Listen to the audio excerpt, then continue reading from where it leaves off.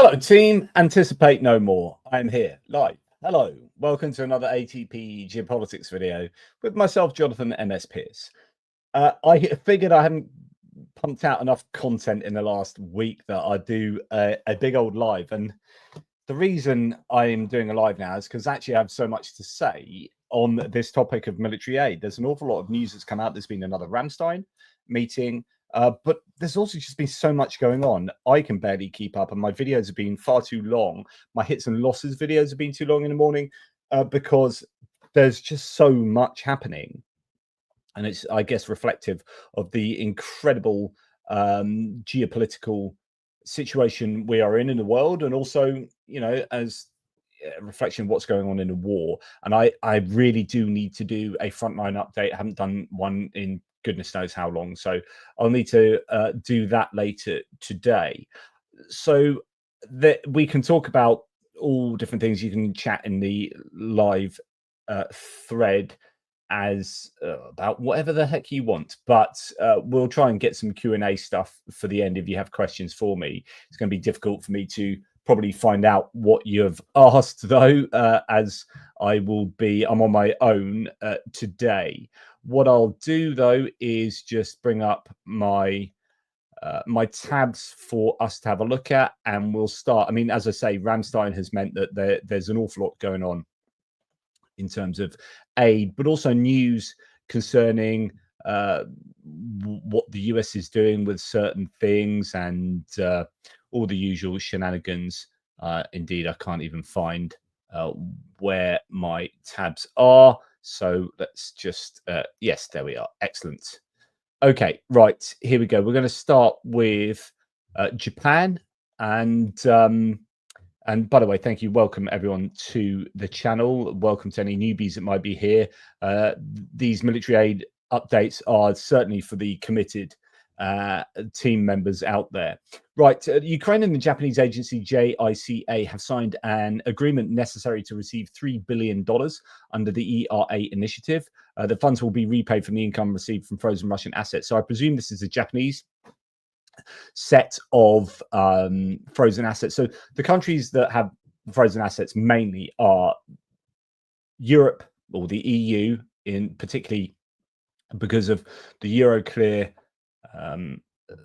entity in Belgium. So Belgium holds the vast majority of the frozen Russian assets. Then you've got the US, actually relatively small amount there compared to what's in the EU. You've got the UK, you've got Canada as well, and you've got Japan.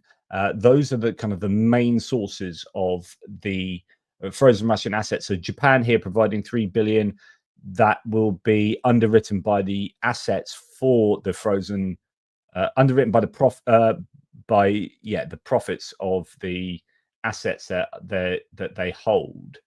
So the way this works is they lend essentially $3 billion to Ukraine, and Ukraine doesn't have to pay it back. They take the repayments from profits generated by the assets that they are holding, that they have frozen.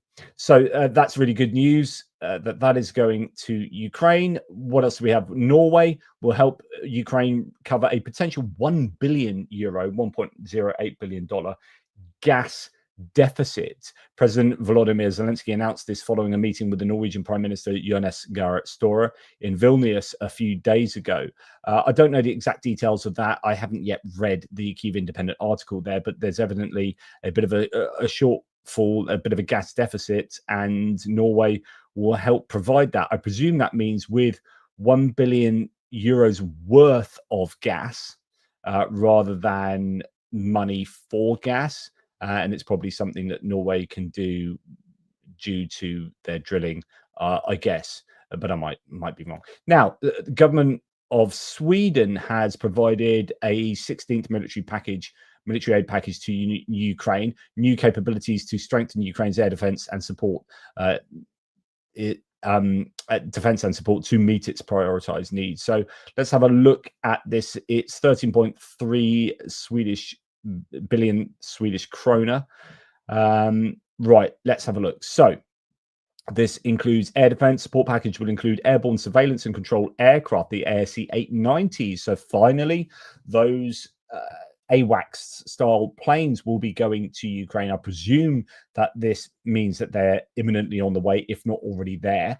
And we are hearing that, of course, Link 16 that links all of those different, I guess, products, material, whatever, together, whether it be a ship to an air defense system to a jet, to this and that, to control centers, that there's been a contract that's been signed between Ukraine and I presume, I don't know, US, NATO, whatever.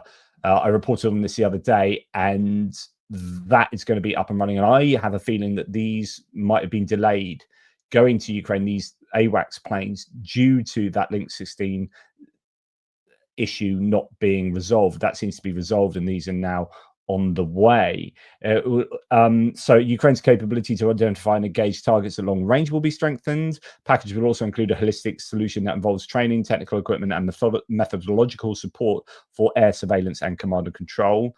It will temporarily decrease Sweden's defense capability, which will be addressed by them buying new aircraft. To further strengthen Ukraine's air defense, the support package will also include advanced medium-range air-to-air missiles, the RB-99 AMRAAMs, which can be used on aircraft and in ground-based air defense systems. The missiles will be redesigned to suit the ground-based anti-aircraft systems. So that's interesting. We've already had RIM-7 anti-air ship-launched anti-air missiles, be the Sea Sparrow missile, be co-opted to the Buk air defense system. That was one of the first Frankensam systems. And we've seen other ones like, I mean, NASAMS essentially uses an air-to-air system, air-to-air missile, doesn't it? So, you know, this is not unusual, but they're having to adapt these particular missiles to, I don't know what systems here. Meanwhile, Sweden will purchase new missiles to replace the donated ones. They're also providing 155mm ammunition, artillery ammunition. Donation will entail a temporary decrease, again, of Sweden's defense capability, which they will then replace. Replacement grenades. Ukrainian army is organizing a number of new brigades and therefore needs new armored vehicles for infantry companies. Therefore, Sweden will donate its entire stock of PBV-302, including spare parts. I thought that had already happened. I mean, I presume, unless this is 2024. I was sent this. I do apologize. That's really annoying. Right, I was sent this. This was linked to me, and this is an old one. However, it's still interesting actually, because when we found out about the ASC 890s, those two AWACS aircraft, we didn't know about these missiles. So Sweden has been providing missiles and artillery ammunition, which I was unaware of, but we did know about the PBV-302s. So apologies, that's a mistake on my part. What has come out recently is that the CB 90, so Combat Boat 90 class fast assault craft from Sweden have been delivered, it seems, and Navy 18 WP class patrol boats from Estonia, equipped with foldable anti-drone grills to enhance drone defense, seem to be in the hands of the Ukrainians. Ukraine currently operates about 26 of the 40 pledged CB90s and 2 Navy 18 WPs. As you can see here, these are pretty capable looking boats. They're going to be operational around Odessa, no doubt. And I wonder how much adaptation's been given to these boats in terms of air defenses. So you would hope that they could whack on some kind of man pads, Stinger missile system or similar, to be able to take out drones. We know that they do have boats operating those Hydra missiles, I think, Hydra 70 missiles, that have taken down drones in the Black Sea around Odessa. So I wonder if those boats will be used similarly, or whether indeed the imagery that we've seen of Shahid drones getting taken out in the Black Sea by something on boats might actually be those boats. Right, France will provide Ukraine with 1.5 billion euros, in financial guarantees for defense procurement, from French companies. So this is something the French are probably much more likely to do. They're a big fan of making sure that expenditure stays in predominantly the EU when they're talking about EU stuff, but with regard to French finances, staying in France. So the Danish model, I've explained this to you many times before. Ideally, from a country's point of view, if you're going to support Ukraine, you would want to support them with your own indigenous products, because that stimulates your economy. Those tax dollars then get generated inside your own nation. Now, for someone like Denmark, that isn't like France is the second biggest arms exporter in the world, so they've got a really active arms industry. They have the capability, the French, to deliver all sorts of stuff to Ukraine. Denmark won't. So Denmark has a much smaller arms industry, and that's been pretty much exhausted in terms of what Ukraine needs. And so the next best thing is you invest in Ukraine's own defense industry. And then you get these competing aspects of that, which is that, well, okay, France could spend $10 million itself, or let's say, what was it? Was it about $4.5 million? They could spend $9 million creating 2 Caesar self-propelled guns, and they stimulate their own economy. But if that $9 million had been given to Ukraine directly, Ukraine could actually generate double the amount of Bogdana SP-22 self-propelled guns to 2 S-22 self-propelled guns. So in other words, it depends what your metric of success is for how well to spend the money. So from France's own personal point of view, they are stimulating their economy more if they spend that 9 million in France. But from Ukraine's point of view, that's not helping as much as if that $9 million went to Ukraine, sorry, and Ukraine got to spend it on their own indigenous industry, and they actually get more bang for the buck. So France will get less bang for the buck, but more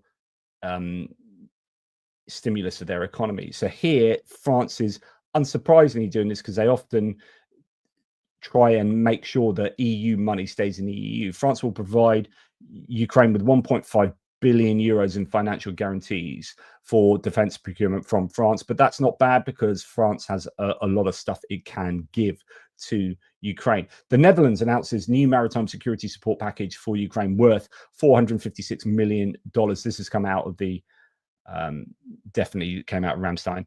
The package will consist of over 100 naval vessels, including ships, patrol boats, transport boats, interceptors, special operations vessels, and 50 maritime drones. This is a really big maritime security package. I'm interested what the ships will be and whether that will be for after the war is over, because getting sizable ships to Ukraine is impossible with the Montreux Convention shutting the Bosphorus Straits into the Black Sea.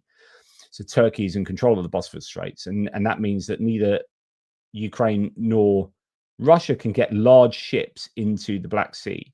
What they can do is get smaller ships down or up rivers in both Russia and not so much in Ukraine, but through sort of the Danube River and whatnot. So there are ways of getting vessels to the Black Sea. So it'll be interesting to see what these vessels are, these ships are, and then obviously the patrol boats and transport boats will be things that they can much more easily get to the Ukrainians.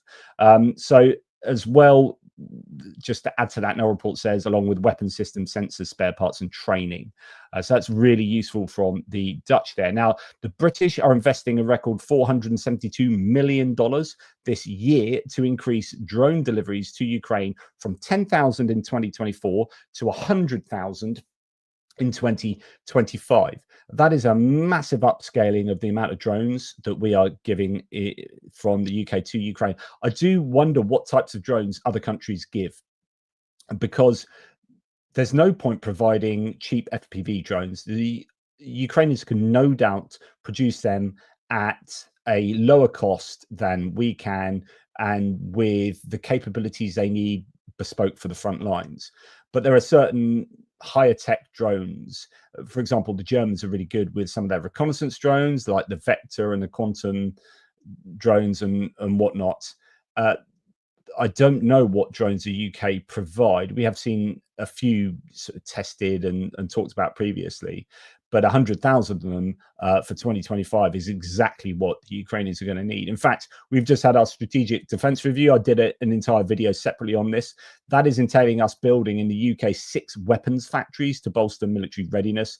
That's a £1.5 billion investment in munitions manufacturing in the UK. There's also really interesting developments from BAE Systems in terms of what's needed for the explosives and whatnot. So some of the chemicals, there are bottlenecks around the world, and there is dependency on, say, China for something like nitrocellulose and other bits and pieces you might need. And so BAE Systems have been working hard to actually allow the UK to be able to completely independently produce.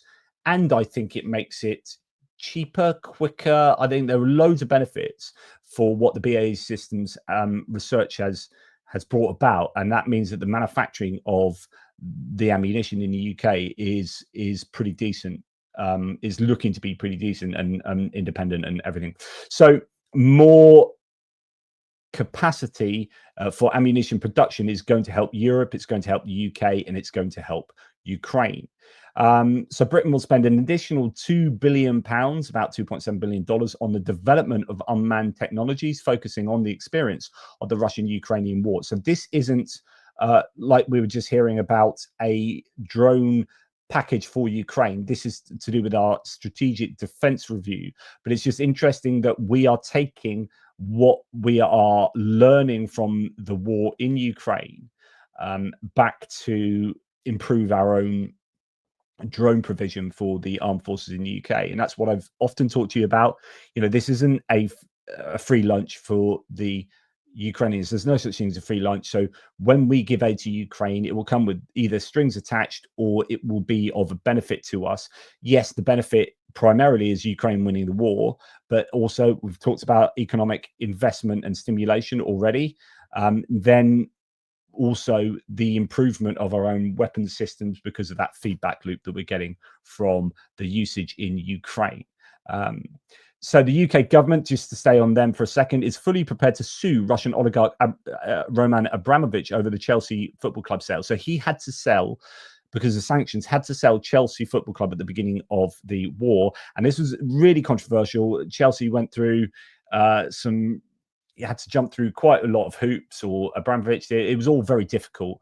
And they had no advertising, for example, on their shirts, I think, for a while. And essentially, I don't think Abramovich has been playing ball. Quote, the government is determined to see the proceeds from the sale of the Chelsea Football Club. So the sales of it was supposed to go to, they couldn't go to Roman Abramovich, and they had to go through to humanitarian causes and whatnot. So with the UK government is determined to see those proceeds reach humanitarian causes in Ukraine, according to our Chancellor Rachel Reeves and Foreign Secretary David Lammy. So that is still in motion. It's still happening. Hopefully it will succeed soon. Right. Moving on then off the UK and on to something that Zelensky said in Vilnius, where he was recently. Today, we agreed on new partnerships to strengthen our defense. These include new aid packages and investments in Ukraine's weapons production, especially drones. I thank our partners for investing not only in our security, but in Europe's as well. So Zelensky got a lot of assistance when he went to Vilnius to meet these 9 countries who are, is it the B9 group, who are working, originally was supposed to be kind of working as a group to defend themselves against the threat of Russia, but that group also includes Slovakia and Hungary, so there's a bit of tension there. But that then preceded Ramstein that was taking place yesterday now, wasn't it? So there's also stuff coming out of Ramstein. Okay, Swiss-German GCS 200 demining machines are serving Ukraine in the south of the country, says Anton Gerashenko. Doing a decent job clearing mines. No gaps were left. The machine created a clean strip, says this chap. I was working behind the vehicle and discovered a directional mine. We also had a group of sappers there. They approached and tried using a grappling hook. It detonated. Then they swept the area again and found 5 more mines. I wonder if that means that the mine that blew up then actually uncovered 5 more mines. Wow. So these machines are operated remotely, can be equipped with interchangeable tools such as a flail, a cultivator, or a manipulator, depending on the specific task. Let's just go through this and just read what it has to say. So under the TM mine, there was a surprise, and ML8 mine. So they stack those mines. The enemy lays mines well. We've heard that they stack mines on mines, for all sorts of different reasons. The enemy lays them well, sometimes in a checkerboard pattern, sometimes just scattering them around. So that variability means it's very hard to predict. Why are you using this particular attachment tool? So that's a flail. Over the past year, he says, I've learned some of the nuances of working with this equipment, and I personally find a chain flail attachment easier to use. There are also other attachments for each system. There's an excavator, a shovel for pushing debris, and a bucket with a mesh for sifting sand, he says. So yeah, they've received quite a few of these. Keep hearing of these GCS systems. This system offers a high level of operator safety because it works from a distance and neutralizes the most dangerous threats, which are, interestingly, tripwires. So we don't hear too much about tripwires, but yeah, how does a control process work? And well, there you go. You've got. We probably don't need to go through that, but good to see that they are putting these machines to good use. And these are the sort of machines that countries like, for example, Switzerland, so this is a Swiss-German machine, but Switzerland, Hungary, Slovakia, countries that are not wanting to give military aid often give things like demining machines. And of course, they are supremely important given the sheer volume of mines that have been thrown liberally around Ukraine. Right, then we hear that Germany is ready to buy Patriot systems from partners, i.e., I guess the US, unless they're talking about buying systems from other countries that operate them, but maybe are going to replace them. But anyway, buying systems from partners and transferring them to the US, according to Boris Pistorius. We are appealing to the US and other allies to provide Patriot systems or similar systems. We also suggested considering the possibility of paying for the system simply because speed is important now. So in other words, they're appealing for other Patriots, but also then going, well, if we have to, we'll pay for them as well. Now, staying on Germany,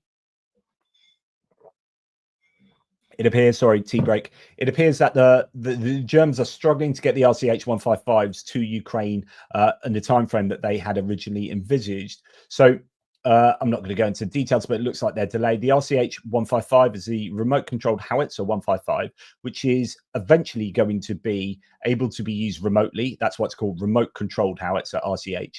It is on this Boxer chassis, which is kind of modular. We in the UK are taking on the RCH 155. It is new. Ukraine has at least one of them that it's using for training, and it's due to receive, I think, groups of 9, or for every 9, there's also a fire control vehicle that goes with it, sort of a command center, I guess. And I forget how many of them they're receiving. It's something like 54. I don't know. Anyway, they are receiving a bunch of these, and they were touted for sort of 2025 onwards. And if you remember a couple of years back, the news came out that they were ordering these off Germany, and everyone's like, what are you doing? They need stuff now. What are you doing putting in orders for 2025? Anyway, 2025 comes along and it's like, oh yeah, that's why, because you were predicting the war is going to go on this long, and bloody hell, you need them now. And that's really good to actually get things coming in at regular intervals in the long term, not just stuff in the short term and then nothing thereafter. So actually, that's excellent that long-term thinking was in place. Now, staying on Germany, we have Rheinmetall, who are hopefully going to start building ATACMS. Colby Badwell says, thankfully, ATACMS coming soon to a Rheinmetall factory near you. Now, some people are saying, why? It's interesting looking at the conversation below here. So, bad idea. It's time to produce and develop new own systems, so European systems. And so far, Germany has not ordered any ATACMS. Colby Badwell says, Rheinmetall has no institutional knowledge to develop their own conventionally armed short-range ballistic missiles from scratch. So, really, nobody in Europe does. So, if you want short-range ballistic missiles, then you got to get the ATACMS. Then someone else says, buying from the US to fill, or this person replies, buying from the US to fill the gap can only be a short-term solution. Independence is the key for defense. The RST, the Meteor are examples of the right way. But someone else points out that they're not buying from the US. These are built under license in Germany. So, yeah, some money will go to the US for the license production. But actually, these are being built in Europe using European European workforce, European labor, and putting money into a European company. So yes, there is some license fees, but actually that is good economic stimulus for Europe. So you would much prefer to build these in Europe than buy them from the United States, as is type thing. So I wonder how quickly they can build ATACMS, because my goodness, the Ukrainians would love to get their hands on some more ATACMS. So hopefully, we have Emo Musk saying everything's going towards remote control. Absolutely insane. Can't wait for the billionaires to rule with a literal iron fist. Well, yeah, this is true. We are moving that direction, but I guess you would rather have robots destroyed than humans killed, and that's the thing, and that's where we're seeing it on the front line in Ukraine, with Ukraine trying to substitute frontline forces with drones, so that drone operators are much fewer. There are far fewer drone operators than infantrymen needed for a kind of square kilometer. The benefit then is that you are controlling whole corridors, controlling logistics, but it's all under fire control, and you're not losing humans essentially. The problem is you have very vulnerable defenses if those drone corridors are overwhelmed, because then suddenly you get to trenches that are hardly manned at all because you're relying on that drone line defense. And if you can quickly motorbike through these areas and then overwhelm the Ukrainian defenders, then actually you can punch through and there's not a lot of resistance at all. So the advantage is you're not going to lose men, but the disadvantage is you can lose a lot of territory if they can punch, if the Russians can punch through the drone line. Okay, so where are we? Let's go. Yeah. And also Viggo Holmson, just on that last point with Rheinmetall and ATACMS, building under license is quicker than producing your own from scratch. R&D on purely European missiles is ongoing. Yeah, absolutely. And, developing your own missiles, short-range ballistic missiles, is not going to happen in a timely fashion. You know how to build ATACMS. They've been around for bloody ages, and Ukraine could do with them. Ukraine will study the capabilities of the Slovak Wolf 25 AD anti-aircraft artillery system, with plans to purchase hundreds of such systems in the future. So this is Slovakia. Slovakia is obviously not best friends, or at least politically not best friends with Ukraine at the moment, but they are happy to sell their stuff to Ukraine, because nothing says strong moral fiber like completely going against your moral proclamations by in the sight of a bit of money. My point here is, and I'm sorry, you've heard me say this lots of times, but there are new people watching. So Slovakia, Robert Fico from the government has said, hey, we are not going to supply military aid to Ukraine because politically it is the wrong thing to do. In other words, politics being a subset of morality, essentially Robert Fico is saying it is morally wrong for Slovakia to provide weaponry to Ukraine in government assistance. And that's been very clear for some time now in Slovakia. They went from providing an absolute load. They are actually still one of the highest per capita, I think, in provision, or as a percentage of GDP, or whichever way you work it, based on what they were providing before Robert Fico took over. But then since then, they've scaled the government assistance back because it's the wrong thing to do. But then he's saying, but we're okay with selling you stuff, which is absolutely outrageous. It's like saying, oh, do you know what? Grievous bodily assault is bad, but I'll happily do it for some money. Like, I won't punch someone in the face, but if you give me 20 quid, I'll go and punch him in the face. Now, that's not moral justification for it. Doesn't make it a good thing unless you're using a really strict form of moral consequential. I don't want to get into the philosophy of it here, but like, as generally understood, it doesn't, he's just being morally completely contradictory, Robert Fico, by saying it's okay to sell them stuff, but it's not okay to give them stuff. I have a big problem with that. Right. Anyway, back to where I was. So we've got this Slovak Wolf thing that is going to be, according to Future Army Media, the recently presented Wolf 25 AD anti-drone system showcased that the IDET in Defense Forum was sent directly from the exhibition to Ukraine, along with another sample. It will undergo extensive testing. There's nothing like testing this stuff by throwing it into a battle space. Is it, anyway, this is what it looks like. It drives very nicely on the road, so there is that. And it's essentially made for anti-drone rather than anything more substantial. But you can see some kind of rockets or missiles on the back, as well as a fairly decent gun there. And main purpose is to protect artillery convoys and command posts on the front line from enemy strike drones. Developed by a Slovak company, the system is based on the chassis of the Wolf 4x4 armored vehicle with a Mangot 25 AD turret mounted on the roof, produced by the Slovenian firm Valhalla Turrets. So there you go, 25mm weapon automatic cannon, that programmable ammunition, unveiled as mentioned at the IDET Defense Forum, and it went straight from the exhibition to the front lines. So they're going to test that, see how it gets on.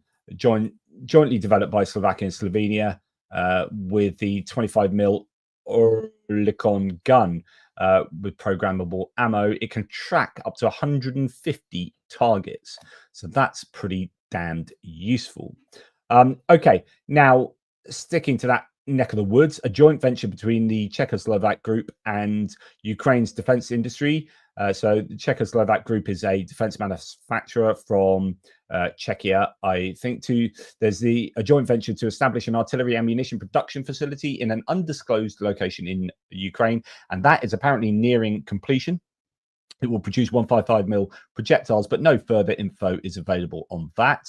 We hear that Estonia has developed a compact anti-aircraft missile system designed primarily to intercept targets like Shahed drones. So quite kind of similar to, well, it's not similar to the vehicle we just seen, because this is on a little tripod and it's not a vehicle. But this is exactly what Ukraine need, which is a variety and lots of them of ways of taking out Shaheds.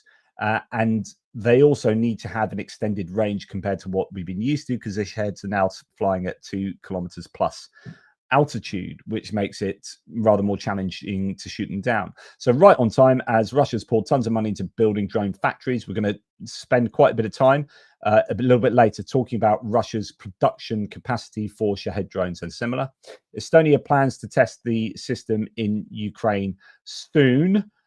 So that'll be really cool, hopefully, for the Ukrainians to have access to. More of that, please. And then Montenegro, so Balkan nation here, is to produce drones for Ukraine. So it plans to start producing drones in cooperation with a company from the US. The first batch will be transferred to Ukraine. I wonder if this is a US company getting round the issue of the US government not really helping out Ukraine enough, and them thinking, how do we get our products to Ukraine, and then having to go to Europe to essentially do that. So some of the tariff issues that are coming about, the insanity of Trump's tariffs is that one of the intentions is, or supposedly the main intention, is to onshore jobs and manufacturing. But actually, it is also more likely that certainly in some circumstances, it is actually offshoring jobs. So if taken in conjunction with the American geopolitical strategies that are in place, you then start putting tariffs on steel and aluminium. 50% tariffs went on today, and you start saying we're going to tariff stuff from Europe and start a trade war with the EU. Then if the EU or Ukraine is saying we really need these drones, then manufacturing in the US ain't great, because basically the only person that's going to buy these drones is the US themselves, and the US seem to be behind the curve on drones. And so companies from the US are more likely to go to Europe, set up production for, like, it's literally having the, possibly anyway, because there's a lot of speculation from me here, having the opposite effect of onshoring jobs. The tariffs and the political strategy of the Trump administration can act to offshore jobs and send them to Europe. But there you go. So the first batch will be transferred to Ukraine of these Montenegrin US drones. Yes. So we have Viggo Holmsen. Montenegro joined NATO in 2017. A joint venture or direct investment from US companies is to be expected.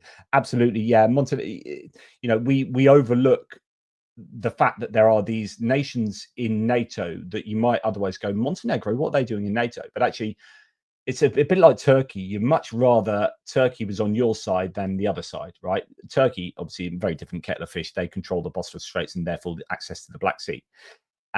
They have a burgeoning military-industrial complex and so on and so forth. So, but with Turkey, you would say, right, it's a zero-sum game here.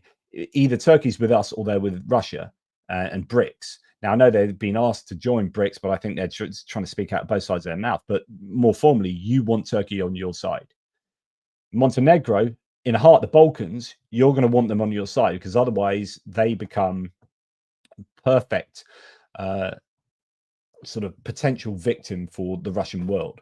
Now, Lithuania has decided to bypass normal procurement rules to quickly buy locally made drones, anti-drone systems, and other military gear. This urgent change boosts national security, strengthens support for Ukraine, and builds local capabilities to better prepare for future threats. So again, all these European countries and companies, so both the kind of public and private, are really trying to make sure Ukraine gets as much as it can as quickly as it can.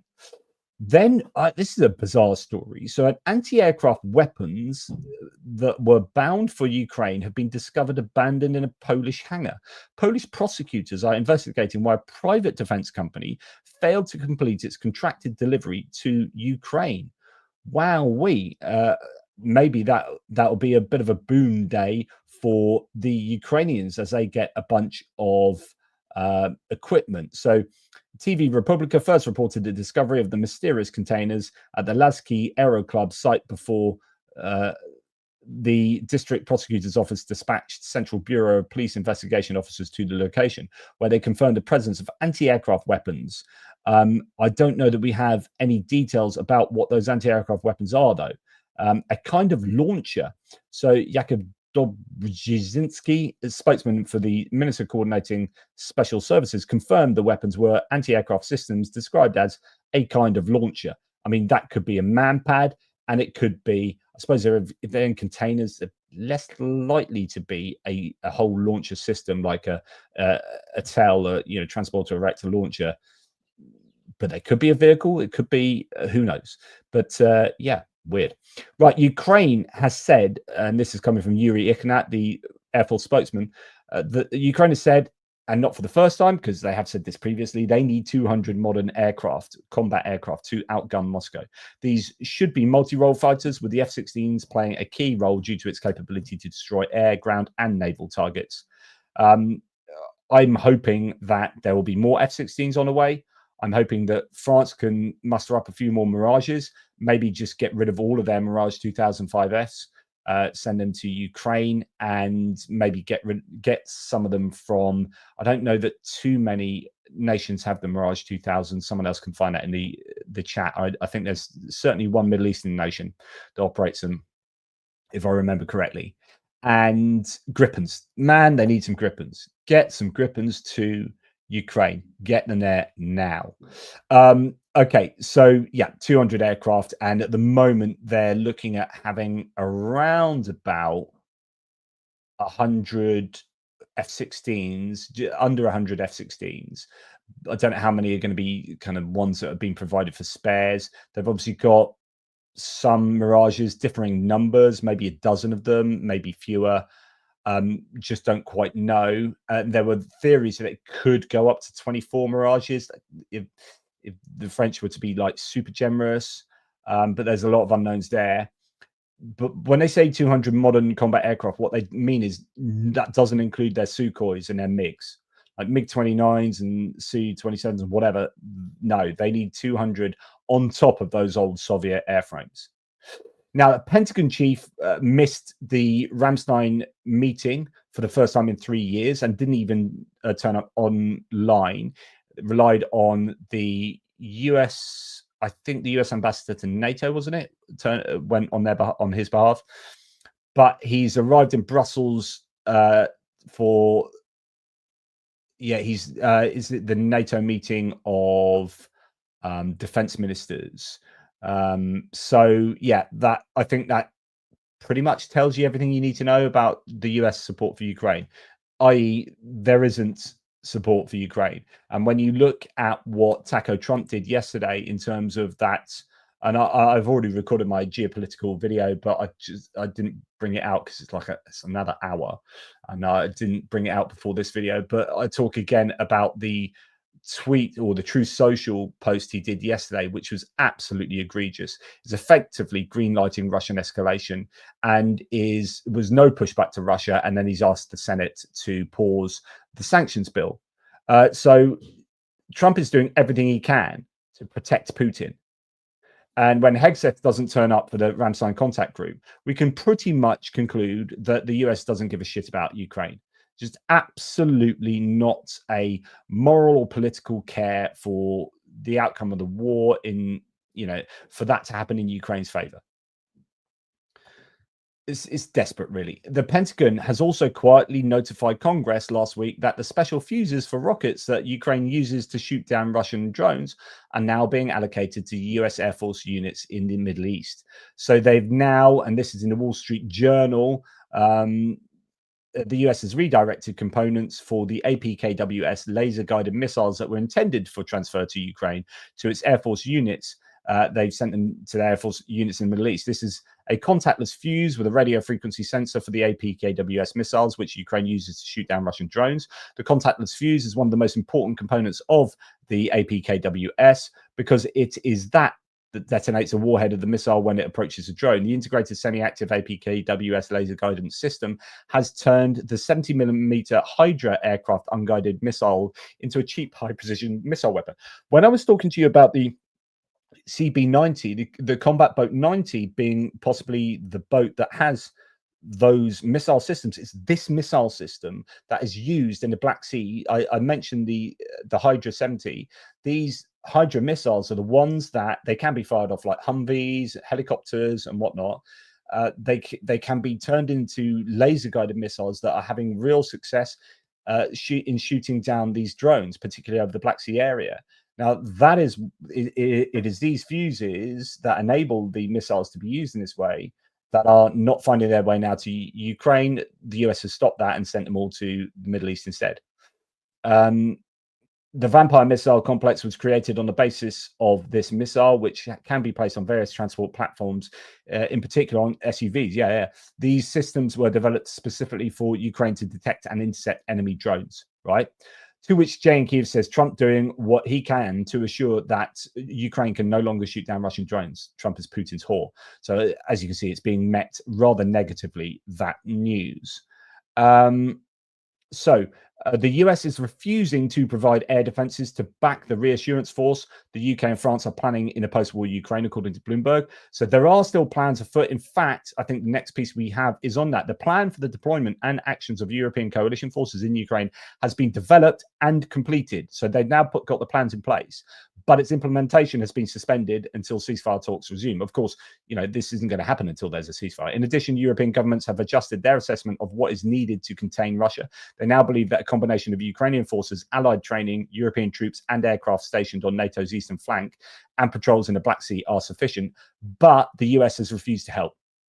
So there's no US backstop there. And again, we get to this point where, so I was talking, I don't know if you know, but the NATO, I'm going to have a chat to you guys. And I know that if you watch my geopolitics video later, this will be repeated. Just to give you the wider context here, there's a meeting of NATO defense ministers, and they are all worried. The European NATO defense or non-American NATO defense officials are worrying about the communique that is released at the end. So the statement at the end, because the Americans are, it seems, refusing to even say that Russia is the threat. NATO's existence is predicated upon the idea that Russia is the threat, is not just a threat, is the threat. That's why NATO exists. So the US now, we've already heard from like the UN statements and G7 statements that they are refusing to call Russia the invaders, the aggressors, and now refusing to call them a threat. So you've got NATO meeting, you've got defense ministers in NATO meeting, where Hegseth has deemed it acceptable to actually turn up to that one. You got them meeting to discuss the threat of Russia vis-a-vis the war in Ukraine and how NATO need to respond by supporting Ukraine. And the statement about that meeting and about the help they're going to give to Ukraine cannot include, supposedly, or this is what they maybe it will eventually, because it's stupid if it doesn't, but it, supposedly, due to the Americans, cannot include the idea, the statement, the admission that Russia is a threat. What the frick is going on at the moment? What has happened with the Trump administration such that they are that freaking compromised? Like, I struggle on a daily basis not to rant my head off sometimes, because like I've got steam, like these are noise cancelling earphones, but they also suck the steam out of my ears and send them back into my skull up here. Like, I'm just, what are you doing? What are you doing? Like, not allowing your country to admit that Russia is an aggressor, has invaded, and is a threat. Like, it's, and we had for a time period them starting to call it a military operation and not a war. So there was somebody that was commenting, again, it's in my geopolitics video, someone's commenting on the idea that Putin in his true social, no, Trump in his Trump in his Truth Social post basically gave the green light to escalation, because he said Putin said he is going to react very strongly to the drone attacks on the docked airplanes, right? And someone very astutely observed that this is Trump acting as the press officer for Putin. Putin hasn't announced anything about the attacks on the airfields or the Crimea, the Kerch Bridge explosion. He said nothing. There's been silence. And the first person to announce Putin's position is Trump. Trump has now been demoted to Putin's spokesperson. How freaking embarrassing is it? Like, he's not just taco Trump, he's weak as damn Trump. Just, I can't get over how the United States Trump administration, I know there are many Americans out there listening and watching who obviously don't agree, like there's not your position, but the Trump administration has capitulated entirely to Russia. It's just turned over and said, you know, tickle my belly. To ask for the sanctions package to be paused is outrageous in itself, but then to act as Putin's spokesperson and to withhold important weaponry and to not turn up to Ramstein, and to have Keith Kellogg, who was otherwise like the only half decent person, start talking about like NATO expansionism and being at fault for the war and this and escalatory risk factors going up because of these strikes on the airfields. It's just like, should we just paint over the stars and stripes now with a Russian tricolor? Like, what is going on? Just anyway. Yeah. So sorry if I have just gone off on one there, but it's hard not to. Just right. Okay, carry on. Come on. Stay on target. Stay on target. The plan for the deployment. No, we've gone through that. Ramstein meeting. So in case I've missed anything, here's a couple of roundups of the Ramstein meeting. So UK, record aid for supply of drones, £350 million for the transfer of 100,000 drones in 2025. Total support from Britain, £4.5 billion, of which £247 million is for the training of the Ukrainian armed forces. So that's awesome. Germany, military air package of $5 billion. So some of this was already been announced, right? So this is not necessarily new stuff. It's kind of a summary, which includes financing for long-range weapons to be produced in Ukraine, and transfer of air defense weapons and ammunition. Sweden allocates 440 million for international programs of purchase of artillery, ammunition, drones and weapons. I misspoke on the Swedish stuff earlier. The Netherlands, an aid package of 400 million euros, which includes a mine clearing ship, boats and naval drones. Belgium, long-term initiative that includes annual aid to Ukraine in the amount of 1 billion euros. I reported on that previously, until 2029, and the transfer of a mine countermeasure ship. Didn't know about that.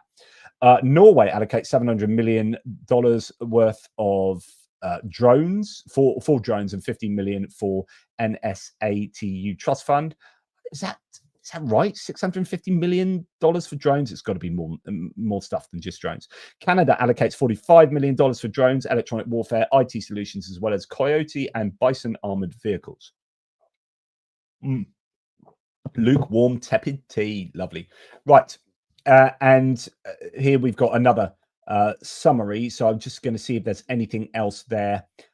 This one is from Tim White. No, that's pretty much all that we've seen previously. And Rheinmetall builds the latest Lynx combat vehicles in Ukraine. Oh, I'm going to have to ask German to Ukraine about that, because that is something that hasn't been happening. United Kingdom will produce LMM missiles and launchers together with Ukraine. So we're talking about those Hydra missiles. I think these are similar ones. The Martlet missiles and whatnot that are really useful. Actually, for not just actually better than that. They're for taking out planes as well. Western European company today announced the production of modern anti-Shahed missiles in Ukraine. Oh, Saab, Kongsberg, KNDS, FFG and Raytheon are already expanding their presence in Ukraine. All of those countries involve Sweden, Norway, France, Germany, and the USA. Our enterprises already produce ammunition under the NAMO licenses, Norway, Finland. So, okay, a few other bits and pieces there from Tim White. I don't know where he's got them from. Okay, so before we get to what's going on with Russia, I told you this was going to be a big one. There's so much information out there, a lot that I've missed telling you because I haven't done one of these military aid updates for some time. Tepid tea will cool your steaming brain. This is a good point, well made. Thank you. So yeah, and I get Adrian, you're right. Adrian Warhay says, look, mate, for your sanity, best not to expect anything positive to come from the Mango Mussolini administration RE Ukraine. If he does, will be by accident, e.g. the oil price. I totally agree with that. What I get frustrated at is just the kind of moral and political and strategic rationale. Like, it's just such short-term thinking. And it's just frustrating that the US went from, yeah, we can criticize Biden for all sorts concerning, escalation management and misreading certain things and not doing enough quickly enough. But my goodness, I'd rather have that back now by a million miles than the sort of stuff that Anthony Blinken come back, rather than what's going on now.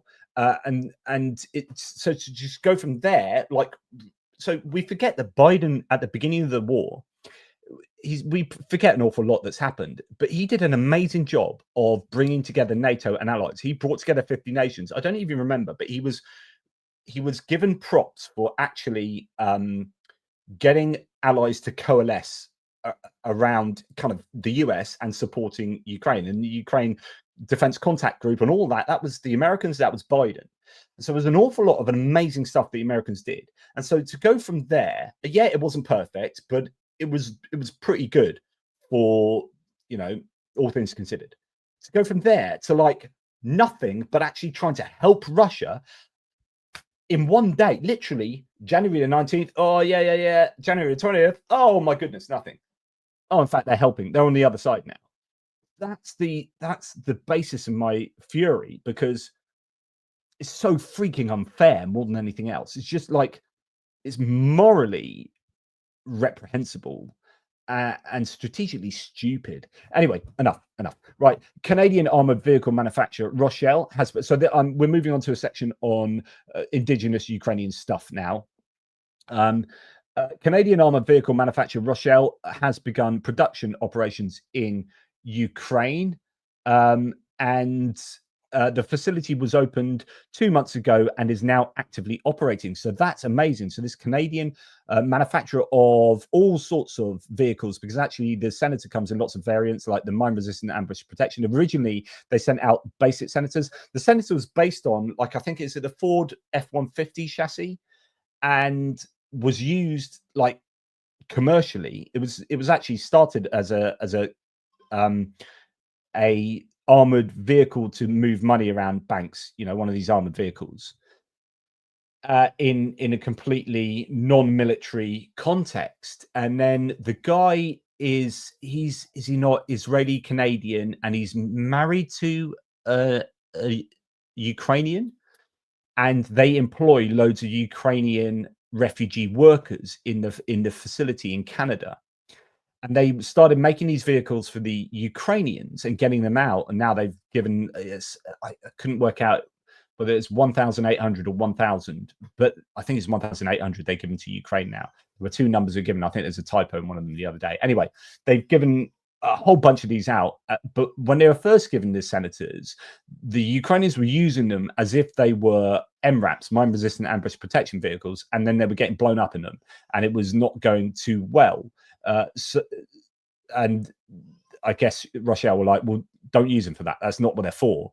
These are for like armored vehicles for mobility behind the lines. But then they developed the MRAP version of them. So there is now the MRAP, and that will obviously be very useful. Oh yeah, 1,800 says it in front of my face. I do that so often, don't I? So it's opened 2 months ago, now actively operating. So since 2022, over 1,800 have been delivered to Ukraine. Now, to be able to produce these in Ukraine is going to be really good for Ukraine, because obviously they can get them quicker and make them cheaper, more cheaply. I don't know if they've been buying them off the Canadians or whether the Canadians be financing them, but also the footprint, the maintenance footprint will be far more efficient, and they're in the country.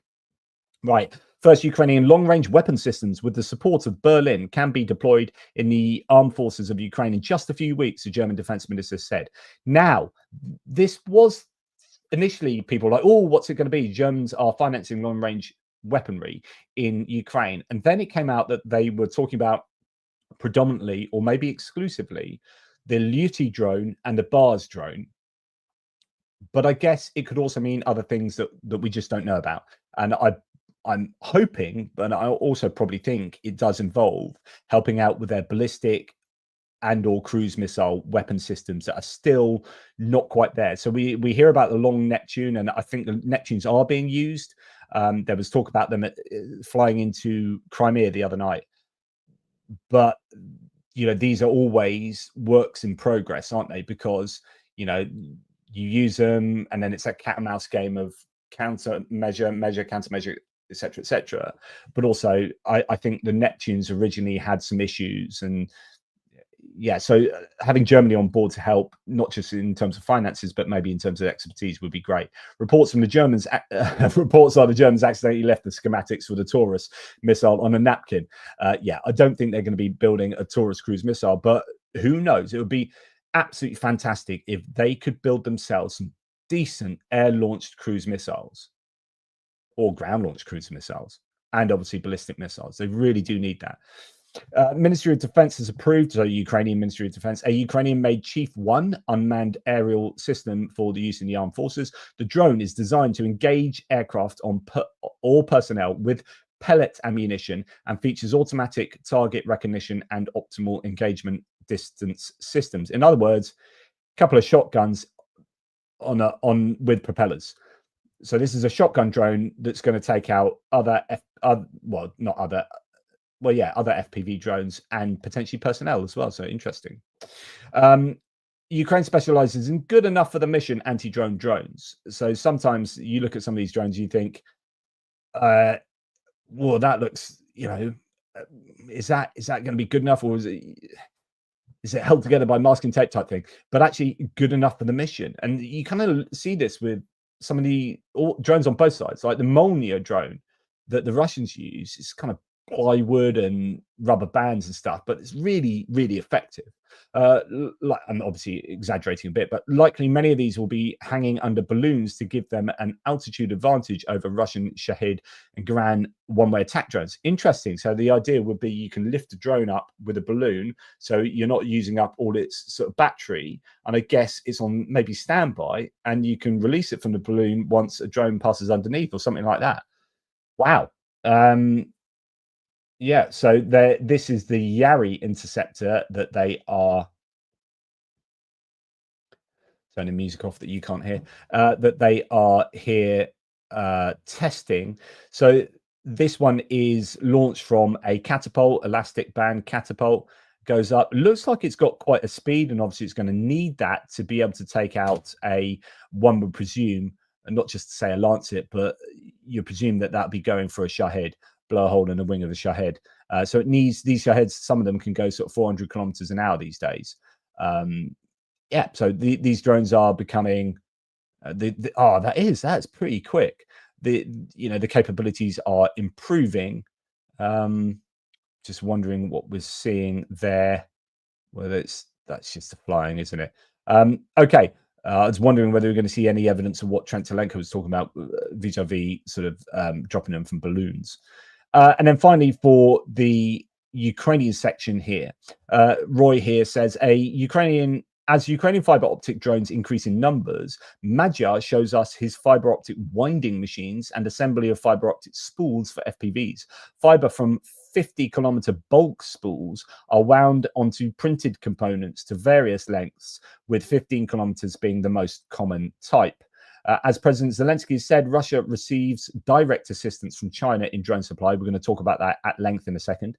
A Chinese-Russian company uses commercial winding machines and injection-molded components to rapidly produce fiber optic spools. And yeah, there you can see it. So loads of effort going into what the Ukrainians are doing here, what Magyar is doing. If you saw my hits and losses video, it was a long one this morning, but hopefully it was all like useful, interesting information. And I found it fascinating what Robert Magyar, Brovdi, has stated in his goals in taking over the unmanned systems forces. So he's taken over the whole unmanned systems forces battalion, brigade, unit, whatever you want to call it. I don't know exact nomenclature there, but he has then written out like what we're going to achieve in the first 100 days. And the man looks like he knows what he's doing. He knows what he's doing. And it's quite exciting to see that if he can really map that success from what he's had with his own units, which has already been getting bigger and bigger, and they're going to turn the Birds of Magyar into a core. And I don't know what that means now that he's gone. I don't know how the organization still exists with his existing unit, but if he can transfer that success onto the unmanned systems forces and therefore get a universally decent drone operation right across the front lines, then that's really, really good news for the Ukrainians. Okay, we are going to go now. I know that I said it's going to be a long video. Sorry, not sorry. We're going to go into the Russian stuff now, but I am going to just have a little bit of a break to just say thank you to all you guys who are hanging out, members of the team. Thanks to Johnny Nebregard, total legend, as ever, matey from Norway. BTC Bandit, super sticker, super appreciated. Thank you, BTC. It's really, really generous. Another Johnny, this one, the Danish Johnny Christensen. Thank you for your super sticker. Richard Bennett, always a pleasure. Never a chore to have you on board, my good man, with some ATP Geopolitics memberships. Oh, that reminds me, in fact, we'll do that before we go into the Russian stuff. I did my poll of members, which I thought was really interesting. Unfortunately, with the YouTube polls, you can only have 4 options. I thought you used to have 5 options, but anyway, I was only able to do 4 options and I wanted more. But actually, the 4 options, I think I did it exactly right, because some of you are like, "I'll do this," but it was like there were not quite enough of these, so but not enough of that. Yeah, and it's to get you thinking what you would go for. Let's just have a look here. No, it's on my Anyway, thank you for the ATP Geopolitics memberships. I really appreciate that. Sorry, I'm just playing around with something in the background there. Julian Roster, really appreciate your support as ever, of course. So do you know why Andrew hasn't put out any loss lists recently? I really need to speak to him about that. The nerd in me misses them. I miss them deeply, Julian. Honestly, I do. I absolutely love his loss list. Maybe he will drop a bunch and we can geek out. I mean, he's a long way behind now, and I'm wondering whether it's become too untenable, especially given the move from like traditional combat assets of like infantry fighting vehicles and APCs to motorbikes, trucks, quads, golf buggies, SUVs, all that, and there's just too much stuff. Possibly, I don't know, but it is a real shame. But thank you for your support, Julian. Really kind. Daryl, thanks, Daryl. Totally kind of you. Really appreciate that. Mark BizQ, legend. Olena has just learned that the hidden grocery store you and Greg went into during your stay in Kherson has been destroyed. It's sad and infuriating. Kherson, honestly, that breaks my heart, mate. Olena, so Mark, they live in Canada at the moment, but Olena is from Kherson. I visited her parents, and Kherson is getting obliterated at the moment. Guided guide bombs just smashed into the administrative building in the center of Kherson this morning, and the drones are out hunting down civilians. It is murder. The UN has admitted it's a war crime. Why? It's just frustrating that, you know, that's the sort of thing that Trump should be shown on a daily basis. Oh, by the way, this is the continued murdering that's taking place on the behest of Vladimir Putin. Do you still get on really well with him? You know, he keeps coming out with these things. I get on really, really well with Putin. It's always worth doing what's called a reductio ad absurdum. So reductio ad absurdums are reduce an example to its most ridiculous level and see if the logic holds. And so we always go to like Hitler, right? That's always that's why Godwin's law, you know, you're always going to come up with a Hitler analogy somewhere when discussing sort of morality, because what we do is we have a tendency to go to the extreme and say, right, does the logic work over here? Okay, if it doesn't work over here, then it really shouldn't work over here either. So when Trump keeps going, oh, I get on really well, and he said, I showed you the video, you might not have seen it, it's in my geopolitics one. I showed you a video where he says, I get on really well with Putin, I get on really well with Kim Jong-un, I get on really well with Xi Jinping. And you're thinking, why are you shouting about getting on really well with dictators and not talking about getting on really well with democratically elected leaders? Like, this is just morally weird. Now imagine if he said, do you know what, I get on really well with Hitler. Me and Hitler, we get on really well. I know people criticize me for it, but I get on just really well. We've got a great relationship. You'd be like, what are you it's just gas 6 million Jews. What are you talking about? But we let it slide. He goes, oh, I get on really well with Putin. Kim Jong-un, I get on really well with him. What? What do you mean you get on really well with him? Oh, we have a laugh, don't we? I think it's morally wrong. Oh, I'm ranting again. It's just morally wrong to say to talk about how well you get on with someone who is a horrific human. It's like, oh, Jeffrey Dahmer. I get on really well with Jeffrey Dahmer. Got a lot of time for him. Get on well with him. Nice guy. No, he's not. He's a murderer. Kim Jong-un kills people with anti-aircraft guns on a runway, and they're his bloody uncle or whatever it was. Just like, I just want to swear. He's so screwed up. I can't believe that 50% of America seem to find it acceptable to vote for someone who like praises dictators and says how well he gets on with them, and then swaps side in the middle of a war. Anyway, Mark, sorry about that. I don't know where I was going. Yeah, but so it would be really good to show like the most horrific things happening in Ukraine every single day to Trump and say, you still get on really well with this guy? Because that's what he's doing. You still get on really well with him? If you do, it's fine to say, yeah. I say it's fine. It's not fine, actually, but it's all right. As long as you say, as long as we understand that you are a moral monster too, that's fine. I'll accept that you're a moral monster.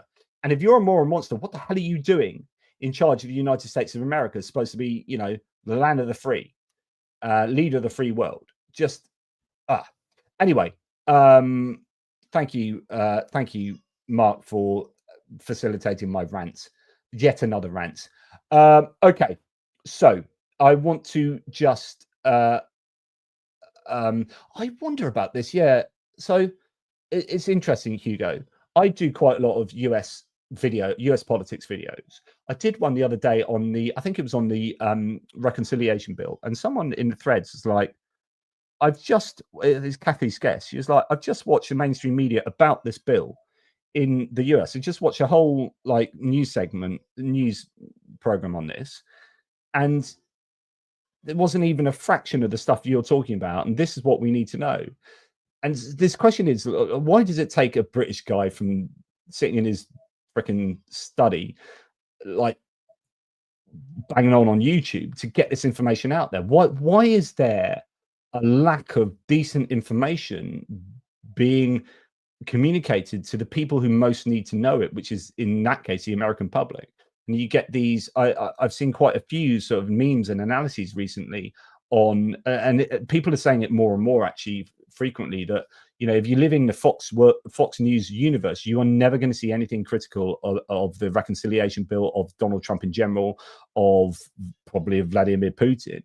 So people just live in these ecosystems that are dangerous, informationally dangerous, or they're a desert, they're informational desert, because they're not getting the other side. No, I'm not trying to blow my own trumpet here, but it's frustrating, because I would like the mainstream media to do a really good job, because we need the mainstream media, because they have reporters that get out there and do this work right, that people like myself as a news aggregator and a kind of waffler depend on. If they don't go out and do the news, I can't do my analysis, because I don't know what's going on. So we need mainstream media. We just need them to do a better job. And in the US, the problem is that there isn't. Again, it comes down to regulation. In the UK, we have regulation of the news so that it can't be overtly biased, and we have Ofcom that regulates the news. So even if GB News goes too far in being too partisan, then they get hit for it and they get fined. So BBC News and Sky News have to have balance, whereas in the US it's not, because these are all, not only are they private and they're not really news, they're infotainment in a sense. They are going for clicks, and they are playing to a certain audience, but they're not beholden to being, they don't have to be fair, and they don't have to do there are publishing rules and regulations that do exist, but it's not the same in the US at all as it is in the United Kingdom. And so our news landscapes, certainly as far as television is concerned, look completely different. You would never in the UK, apart from GB News does skirt around this a little bit, but certainly would say Sky News and BBC News, you would never turn on the news and see the partisan approach that you see on Fox News or MSNBC. It would just never happen in the UK, because they'd be fined for it. Yet in the US, you can turn on Fox News and they talk they say, we want this to happen. If we want, and when they say we, they mean the Republican Party. So the Fox News anchors are talking, they are the megaphone of the Republican Party. And that would you'd just be fined in the UK for that. Just incredible. But anyway, again, I'm just going off on one. Stop it, guys. Stop talking to me. Right, I want to show you this. So this is the poll I did of members, and I find this fascinating, because I didn't even know, and I still don't really know how I'd answer this. So my question was, members, if you could magic only one thing to the Ukrainian armed forces now, what would it be? So the four options are 2,000 trained troops, 1.5 million 155mm artillery shells, 5 Gripen jets, 400 Bradley infantry fighting vehicles. And all the rationale from everyone for all the different answers was absolutely excellent. Saying, well, Bradleys aren't so useful at the moment. So not the Bradleys. Otherwise, if it was a year ago, I would have said Bradleys. 5 Gripen jets, not quite enough. People saying, so therefore 1.5 million artillery rounds would be exactly what they need to take out the Russians and blah, blah, blah. I would actually think I would go 2,000 trained troops. So I'd go for the least popular option here. And I think because all of these other things can be provided by Western nations or allied nations, right? So allied nations can provide anything that the Ukrainians need apart from troops, apart from humans, as it stands. This is why it's interesting that you just heard Zelensky talk this morning or yesterday about mercenary outfits as a kind of comeback to Putin. And I thought that was interesting because that's one way around the problem. But the biggest problem for the single biggest problem is boots on the ground. And though 2000 is not the, it's not the be all and end all, I think I would go for that option, 2,000 troops. But that's a difficult one. I'd be interested I am interested in what you guys think, and you've already told me because you put it in the comments there. So thank you for that, and thank you for answering that one. Just to keep you guys on your toes and get you thinking. Yeah, well, yeah, they can provide troops. They won't, but they can. Yeah, what I mean is practically, that ain't going to happen. Like there are going to be no UK troops fighting on the front lines, whereas there can be UK tanks fighting on the front line. So I think all the other options here are things that we can and do already provide. 2,000 trained troops, only Ukraine can do that, and so I think they need as much help as possible in that domain. Right. Okay. So yeah, Mike, for the third day in a row, Ukraine hit another critical military target responsible for killing civilians, taken out just before it was about to launch another missile into the center of Kiev. Yep, the SBU have had a jolly good week, has to be said. Right, okay, now going on to Russia. So there's quite a lot of data here as well. Forgive me for having a long video. Russia is producing ammunition 4 times faster than all of NATO combined, warns NATO Secretary General Mark Rutte. Now, I have disputed this previously, and I continue to dispute it. I think he's comparing apples to bricks here, and I don't think this is true. He urges allies to boost defense spending, but this is still, the message is still important. As the Russian threat grows faster than the West's response, they produce in 3 months what we do in a year. We must act. Actually, when you look at the figures, if you're including the US, UK, Scandinavia, even Australia, you can throw in, but they're not NATO. But the EU, NATO, or European NATO countries, we actually producing, I think, more. Well, it depends. There are different things, but it's not Russia producing 3 or 4 times more 152 mil shells than we do 155 mil shells. Where I think he makes a mistake is he's taking all, so the numbers for all Russian munitions are then often compared erroneously so to 155 mil shells. So they take like mortar bombs, tank rounds, artillery rounds, and then say, look at how many they're producing, and we're only doing this many 155 mil artillery shells, and that's completely unfair. But even then, it's not 4 times that. So I did the analysis last time and I got the latest figures. So he's definitely wrong. That is definitely a wrong figure. But it's useful to scare people into produce. We still need to produce more, and we need to produce more for Ukraine, and Ukraine needs to get as much as they possibly can. Now, Russia ramps up Shahed production. Now, I reported the other day that Zelensky, I think it was, that said they're soon going to be able to produce 500 Shaheds a day.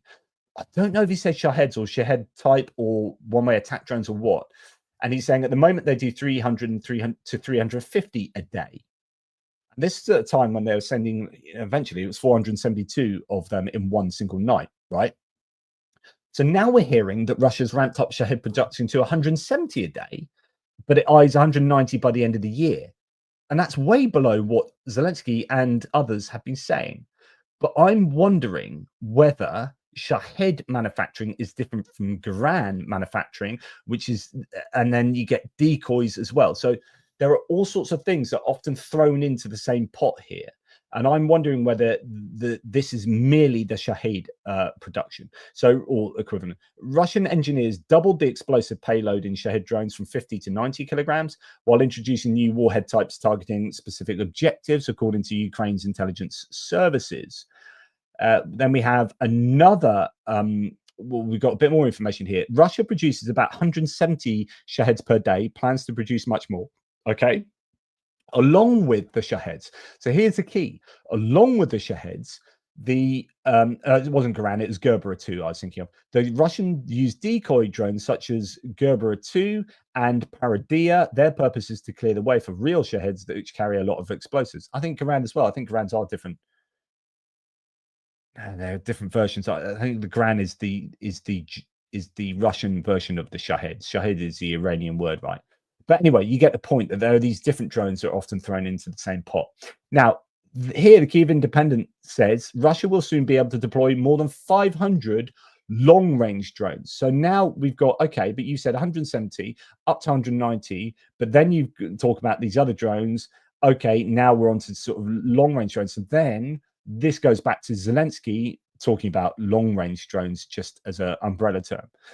Russia will soon be able to deploy more than 500 long-range drones to a night to attack Ukraine as it ramps up production and builds new launch sites for them, a source in Ukraine's military intelligence has told the Kyiv Independent.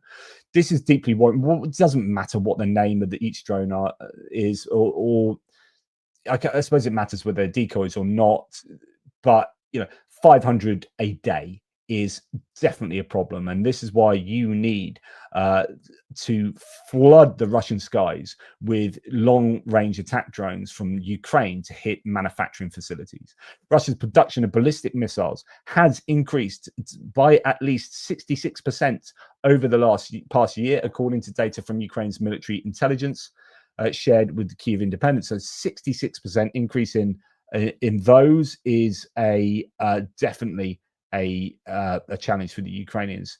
Garan and the Gran 2 are different names for the two different versions of the Shahed. Yeah, exactly. It's a Gerbera, which is Garan is a geranium, isn't it? Gerbera is I don't know what the translation of that is. Anyway, moving on. So ballistic missiles being ramped up in their production. We're seeing North Korean 16mm mortars now on the Russian front lines as well. So the North Koreans providing more and more for the Russians. But going back to drones, here's an article from Politico that is worth a read. So I might have to go through a lot of this. Sorry. China helps Russia pull ahead in lethal drone war with Ukraine. Okay, so Chinese manufacturers provide them with hardware, electronics, navigation, optical and telemetry systems, engines, microcircuits, processor modules, antenna field systems, control boards, navigation. They use so-called shell companies, change names, do everything to avoid the subject to export control and avoid sanctions for their activities, said Ole Alexandrov, spokesperson for the Ukrainian Foreign Intelligence Service. Yet officially, China sticks to the rules, yet only officially. So Beijing has repeatedly denied supplying any drones or weapons components to Russia, calling Ukrainian protests baseless accusations and political manipulation. But Alexandrov said Russia has a critical dependency on a supply of Chinese spare parts for both tactical and long-range drones. And that is allowing Russia to erode Ukraine's lead in drone technology and production, something that helped keep Ukraine in the fight at times when it was suffering from ammunition shortages and slow weapons deliveries from its allies. I've long said the only way Russia either win or basically prevail, however you define prevail, is with China's help. China is the lifeline for Russia. I said that at the beginning of the war in an article I wrote. And still is the same, and China are helping more and more, and this is presenting more and more of a lifeline to Russia and extending the war longer than it needs to be. Pavlo Palisa, a former top military commander and now deputy head of Ukrainian President Zelensky's office, said in a statement that so far this year, 80% of the damage to Russia's equipment and personnel has been done with drones. In May alone, Ukrainian drones destroyed 89,000 Russian targets. So that's what Syrskyi said. Ukraine managed to claim leadership in drone warfare in the first years of the war, producing up to 1 million tactical drones in 2024 and aiming to produce 2.5 million tactical and 30,000 long-range strike drones in 2025. But Russia is catching up. Ukraine produces about 100 long-range drones a day, while Russia has managed to scale up production to 300 a day and is aiming for 500, Zelensky told journalists in Kyiv last week. So again, that goes to what we were just talking about. Russian drone producers managed to boost long-range drone production from 15,000 in 2024 to more than 30,000 this year, as well as up to 2 million small tactical drones, according to Alexandrov. Quote, the enemy is copying the experience of the Ukraine Defense Forces and is actively scaling its unmanned units. Therefore, we must maintain a pace of development and constantly increase our capabilities to be one step ahead, said Syrski. Zelensky claimed that Russia has far more financial resources and also the access to Chinese technologies such as DJI Mavic drones, originally developed for the civilian market but widely used by both militaries in the war. Quote, they're so cheap and effective, they're used daily as artillery shells, Zelensky said, adding that dozens of producers in Ukraine are working on updated versions of the Mavic. But like I said, if they stop demanding the Mavics from the Chinese, then that excess supply would then be used up by the Russians. So it's almost like the Ukrainians need to keep buying Mavics, even though they can produce their own, so that the Russians can't buy them. However, Kyiv says that its access to new drones has been curtailed by China, while Beijing has placed no such restrictions on Russia. The Chinese Mavic is open to the Russians and it's closed to the Ukrainians. They simply closed it for Europe and for Ukraine, including for the EU. And for the Russians, there is still an opportunity to buy drones on the Chinese market, Zelensky said. So Ukraine is responding by scaling up the production of recently developed interceptor drones used to bring down Russian drones. Quote, we are spending a lot of money. We're spending more today than we planned because everyone is developing. Russians are developing and our new technologies are emerging, but we have a positive way out of the race if we find more financing. So he's called for more investment there. But Russia is, so, you know, Ukraine is doing an awful lot, but Russia is keeping up pace, it appears. Moscow is turning to drones operated by fiber optic cable instead of by radio signals, which makes them immune to electronic countermeasures. By using them, the Kremlin was able to largely destroy Ukraine's logistical routes in Russia's Kursk region and succeeded in pushing out most Ukrainian troops from the territory they had seized in last year's surprise offensive. So if you remember, you had the Rubicon group that was operating up there that was being very successful with their fiber optic drones. Ukrainian troops used to be able to spot conventional Russian drones as soon as they took to the sky, but that's much more difficult with drones run through fiber optic cables. So we have to use different acoustic and other means to trace those drones, said Andriy, the army commander. Russia is also doing a better job of jamming Ukrainian drones. Russians are scaling up not only the production of drones, but also the means of radio electronic warfare. At our part of the front, radio frequencies change every 2 weeks. So when the state supplies us with drones, about only 20% of them are usable. We constantly have to spend additional funds and time to reconfigure those drones. Now, the good news for the Ukrainians is they are more responsive, and there have been lots of complaints from Russians that the similar situation where they get these drones centrally and they are not fit for purpose when they get to the front line. So this is a problem that both have. Russia is producing its long-range drones in its own version of Silicon Valley, a special economic zone in Alabuga, Tatarstan, where it has concentrated production lines for Iran's Shahid drones, also known as the Garan in Russia. The Kupol plant in Izhevsk, 1,800 kilometers from northeast of Ukraine, produces long-range Garpia drones. In addition, major drone production lines are in Moscow region, Ekaterinburg, St. Petersburg, and elsewhere.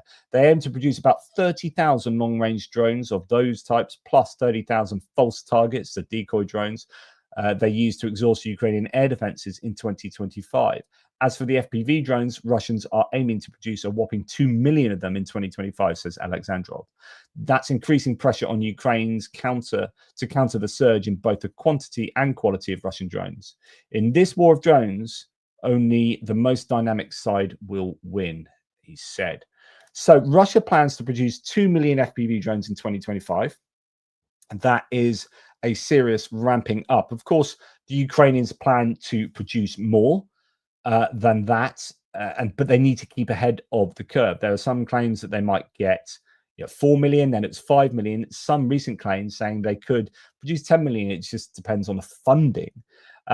So the Kyiv Insider has an article on China providing military supplies to 20 Russian defense plants, according to an intelligence chief. Quote, there is information that China supplies tooling machines, special chemical products, gunpowder, and components specifically to defense manufacturing industries, says Ivashchenko. We have confirmed data on 20 Russian factories. So they are circumventing Western sanctions and sustaining Russia's war machine. This is the problem. China, which has emerged as Russia's key economic partner since the invasion of Ukraine began, has significantly expanded trade ties with Moscow, even as Western nations impose sweeping sanctions. So it technically maintains this position of neutrality, but it is doing doing what we have come to expect from China, which is not what they're supposed to be doing, or not what we'd hope they'd be doing. Now, here's an example. Chinese agricultural drones are converted into bombers. As much as 99% of agricultural drones in the US are made in China by DJI and XAG. And here is, I don't know if this is, if these are munitions, or whether it looks like they're munitions rather than dropping agricultural chemicals or something. So these are big old Baba Yaga type drones with what looks like the ability to drop multiple munitions there. So China is really helping out. And this was back in June 2024. This is what the assembly of FPV drones looks like in China. It's a massively mechanized, automated system of drone manufacturing there, he says, as soon as there's a human coming on with their hands. So the Russian-Chinese company PGI conducts an unspooling test up to 120 kilometers per hour on a fiber optic spool for FPVs. In other words, that FPV drone can fly at 120 kilometers an hour, and that spool would still unspool and connect it to the operator. Again, it's notable how remarkably resilient optical fiber cable is. I saw just earlier, I'm going to have it on a video tomorrow, a bird's nest where a bird has got a load of fiber optic spool and used it to create its nest. That's a situation. Even nature is adapting to the amount of fiber optic cabling that is lying around. A Chinese-made 50-kilometer fiber optic coil is displayed by the Russians.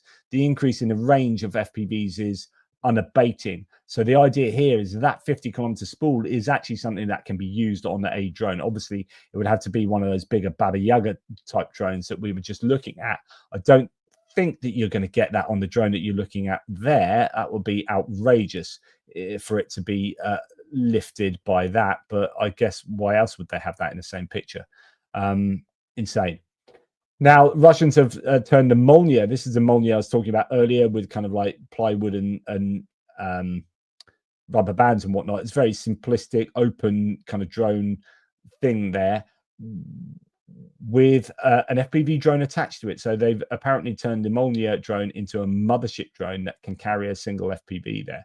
Talking about sort of motherships, and more literally a ship, we have China here, and this is the South China Morning Post, reporting that China's world first drone carrier is a new marine species using AI for unmanned maritime intelligence. I had a big old rant about how if the US really does see Iran as an enemy and China as an enemy, what are they doing allowing Russia to be the glue that holds Iran and China together? Like, Russia is the common denominator here, and how the US can step back from helping Ukraine fight against Russia, but at the same time complain about China and Iran, blows my mind. It's just completely incoherent. Absolutely makes no sense. But anyway, I'm sure there are some American military personnel getting scared about this, because that looks a pretty phenomenal bit of kit. It's an unmanned ship which can be controlled remotely and navigate autonomously in open water. It will be a powerful tool for the nation to carry out marine scientific research and observation. Oh, that's what it's doing. According to the state-run Science and Technology Daily, it comes as artificial intelligence plays an increasingly important role in maintaining maritime security, controlling sea lanes, and competing for marine resources. So it's a drone carrier capable of operating on its own. I don't know what sort of, I mean, look at it. It's a fairly large ship. The wide deck of the ship can carry dozens of unmanned vehicles, including drones, unmanned ships, and submersibles. and the equipment will be able to form a network to observe targets. Targets for scientific research, according to the report. Yeah, so slightly worrying that has already been developed, but we are living in crazy times. Right, just a couple more here. We have Russia developing a naval drone here. This is called the Katran, or the Katran, a naval drone carrier capable of launching dozens of FPV kamikaze drones for strike missions up to 200 kilometers away. Exactly what the Ukrainians have done. Like I've said before, whichever side does something first, you can be assured that the other side will have followed suit in a matter of months. Ukraine is already patrolling the Black Sea with armed maritime drones as part of a multi-layered coastal defense system. Now, the Russians have completed their own version thereof. And the last thing I'm going to show you is I think I showed you this video on a hits and losses. I wanted to do it in the military aid video because it gives you an indication of Russia's ability to recruit troops from all over the place, and therefore they're much more likely to be able to get boots on the ground than the Ukrainians. These are mercenaries from China, Kenya, Ghana, Bangladesh, Egypt, Iran, and others who are fighting in the Turets direction in Donetsk region as part of the 102nd Regiment of the Russian Armed Forces. Russians are becoming less common in Putin's army, says this source. And this presents an advantage, it conveys an advantage to the Russians in a number of ways. Not only do they get more boots on the ground, they've got a wider pool to draw from. If they can pay for anyone around the world, any person in need of money, able-bodied person in need of money can turn up and fight for Russia. But also, if these people die in combat, you can rest assured that Russia is not paying their family compensation. You can rest assured these guys are not getting welfare within Russia. You can rest assured they're not getting housing provided for them by the state, so on and so forth. It will just be bribe them with a little bit of money, probably don't pay them as much as we promise them, probably don't pay them on time, hope that they die before we have to pay them, and then, get away with using lots and lots of foreign resources to fight the war against Ukraine. Ukraine doesn't have the ability to do this it doesn't have, I guess, the wherewithal to do this at the moment, although Zelensky, half tongue-in-cheek, I think, was suggesting doing that when the Russians laid down an ultimatum saying that as part of the peace negotiations, you'd have to get rid of your private military companies, to which Zelensky then said, we don't have any. What are you talking about? But I might start up some. Thank you very much. It's a good idea. So, and I don't know whether that was 100% joke or whether actually he might start thinking about foreign mercenaries, which could be an interesting situation. Right, my goodness, I am running out of voice. I have long run out of warm tea. I have some cold tea left at the bottom of that, and that ain't getting drunk. Thank you very much for being here, guys. Just seeing if there is anything else in the live chat that's worthy of discussion. See if any of you said anything about my 4 different options there for the poll that we had on earlier, but I might have to go too far back in the conversation to see that. Yeah, this is an interesting one. So everyone was impressed. Trump impressed by the Ukrainian Operation Spider's Web, but concerned about the consequences. So he called it badass, apparently. This is Trump. But he then just promoted the idea that Russia are going to strike back even harder. And that just amplifies the Russian kind of narrative, as far as I'm concerned, without giving any pushback. Like if I was in Trump's position there, I would have in that Truth Social post, not that I'd be right on Truth Social, I'd be saying, I'd be warning him against, but I warn Putin against this. If retaliations, blah blah blah, you put a pretty heavy threat in with attaching sanctions to any kind of outrageous overreaction from the Russians. You just threaten sanctions in place and hopefully keep the Russians in check. And if they aren't kept in check, then you sanction the crap out of them. But of course, you know, he's not able to do that, Mr. Trump. So Little Whiskey Shop. So Mark says 500 Bradleys would mean Ukraine can allocate a Bradley to support 1 kilometer front line as QRF. That would be an awesome capability. Yeah, absolutely. I mean, yeah, you've got what 1,100 kilometers front line, but actually you've got now the entire northern border is a front line, really, isn't it? Yeah, I would like Ukraine in with the option of the 5 Gripens, 2,000 troops, 1.5 million shells, or 400 Bradleys. I'd like Ukraine to have all of the above. Thank you very much. But unfortunately, I don't think that is going to happen. And that's deeply, deeply frustrating. Anyway, thank you very much for watching, everybody. Yeah, I agree with you, just me. I really appreciate your support. I don't know if there is any last minute news that's just worthy of sharing with you. I'll just check my sources in case there is anything big that's happened. No, just more of the same. People still talk. Oh, Trump said something else. Oh, he's had a nice conversation with Xi of China. We'll have to go and check that out. Oh, Yandex, Russia's leading tech and mapping company, has inadvertently revealed the locations of sensitive military and defense industry sites in Moscow by applying visible blurring to these areas on its maps. The company made it easier to identify their exact locations. That's absolutely wonderful. It's like, no, we're covering it up because we're blurring it. Oh, right. So we want to be hitting that then. Thanks for letting us know what was there. Something's there. We don't know what it is, but we're going to blur it up. That's absolutely fantastic. Well done, Russia. Good effort.